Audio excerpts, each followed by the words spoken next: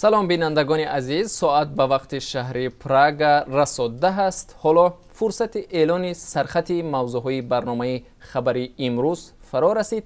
تفصیلات این و گزارش‌های دیگر را در برنامه اخبار آزادی ساعت رسا 1 در پخش مستقیم و هم ثبت آن را در صحیفه آزادی ویدیو می توانید تماشا کنید.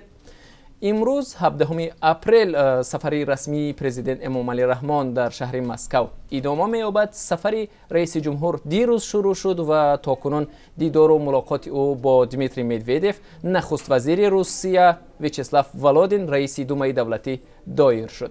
قرار است در دوام روز ملاقات پرزیدنت با ولادیمیر پوتین رئیس جمهور روسیه دایر شود. انتظار می رود پس از این دیدار میان تاجیکستان و روسیه حدود 15 سازشنامه امضا شود که در میان آنها از جمله مسئله تامین مهاجران با نفقه نیز هست. جانب تاجیکستان از روسیه همچنان عفو دوباره مهاجران را نیز تقاضا کرده است. در روز اول بازدید از روسیه هیئت تاجیکستان با رهبری پرزیدنت امامعلی رحمان با قانونگذاران این کشور در رابطه با توسعه استفاده زبان روسی در تاجیکستان ابراز نظر کرد. بیننده ارجمند، ما هر لحظه تحولات سفر پرزیدنت را نظارت داریم و آخرین خبرها را در برنامه اخبار آزادی برایتان خواهیم گفت.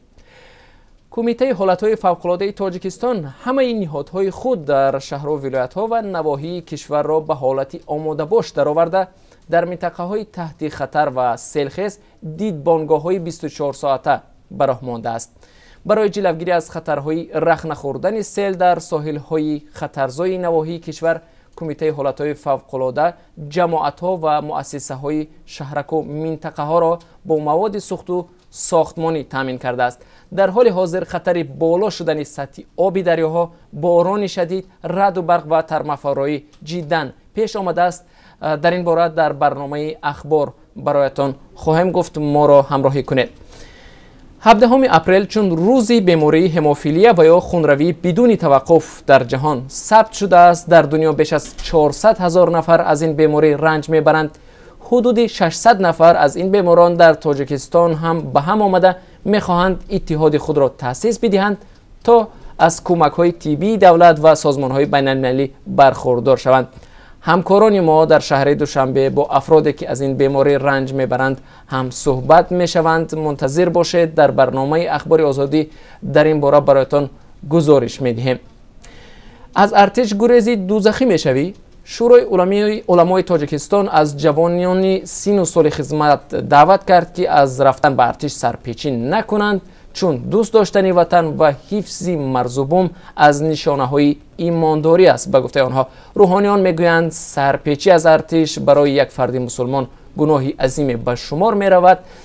دعوت روحانیان به معرکه سربازگیری که حالا در تاجیکستان ادامه دارد چی تاثیر گذارد؟ منتظر باشید، در برنامه اخبار برایتان گزارش میدهیم. تاجران بازار مصالح ساختمانی شهر دوشنبه یا خود بازار جلجم میگویند مقامات تاجیکستان به آنها خبر دادند که بازار مصالح ساختمانی را به منطقه خوجنبیای شمالی دوشنبه انتقال میدهند. به آنها دستور داده شده است که در این بازار برای خود دکان خریداری کنند. در صحبت با رادیو آزادی تاجران بازار جلجم گفتند که اگر در جریان کوچانیدن بازار به آنها سبوکی‌های اندازی داده نشود، حال آنها تباه خواهد شد. بیننده ارجمند، در این باره گزارش داریم. موضوعهای دیگر نیز در برنامه امروز هست که تا کمتر از 3 ساعت دیگر در نشر اخبار آزادی تفصیلات آنها را به شما خواهیم گفت. تا آن لحظه خدا حافظی هر یک شما.